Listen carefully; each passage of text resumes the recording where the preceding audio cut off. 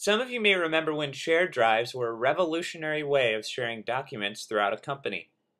Business documents were stored on a drive within a massive tree of folders that most employees could access.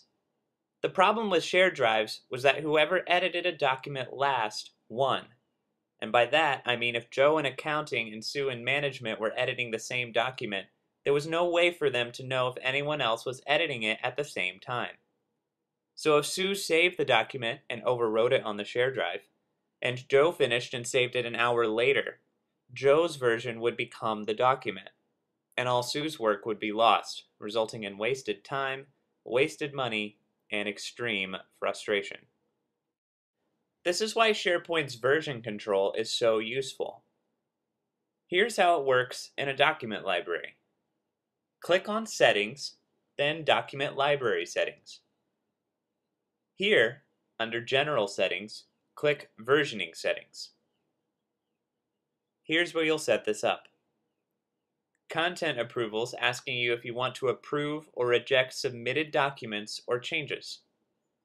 You would want to do this if you didn't want everyone with access to the library to see approved, pending, or rejected drafts.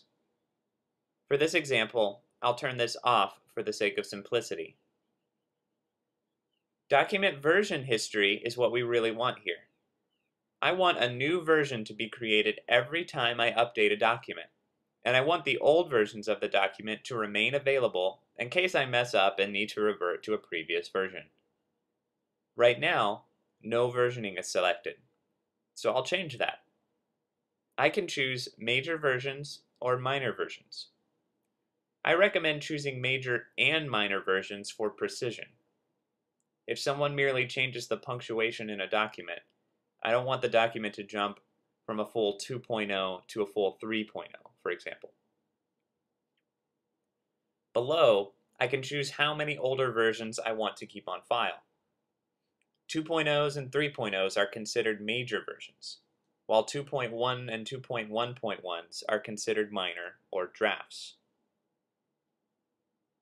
Draft item security lets you choose who can see every version of a document.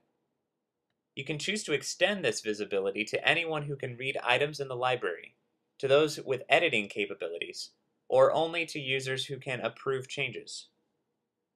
I'm not requiring an approval process for this library, so I can't choose the last option. But I'll choose only those who can edit documents, since those are the people likely to be on the team with access to this library. Lastly, requiring checkout is very important.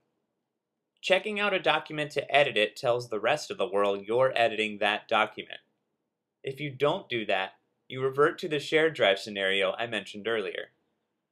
I'm selecting Yes here to require my team to check out a document to edit it. You can learn how to check documents in and out of SharePoint in a separate video blog. So now let's test this. Let's say we need to update our workers' comp form. I'll click Edit in Microsoft Word.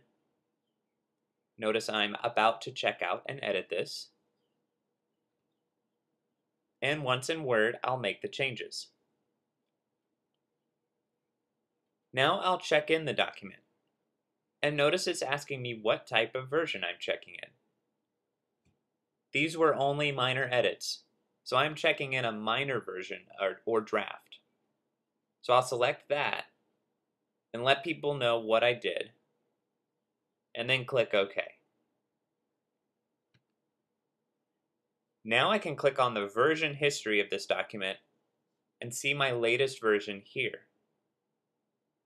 If I click the drop-down arrow, I can choose to view or unpublish my version, or restore the version below.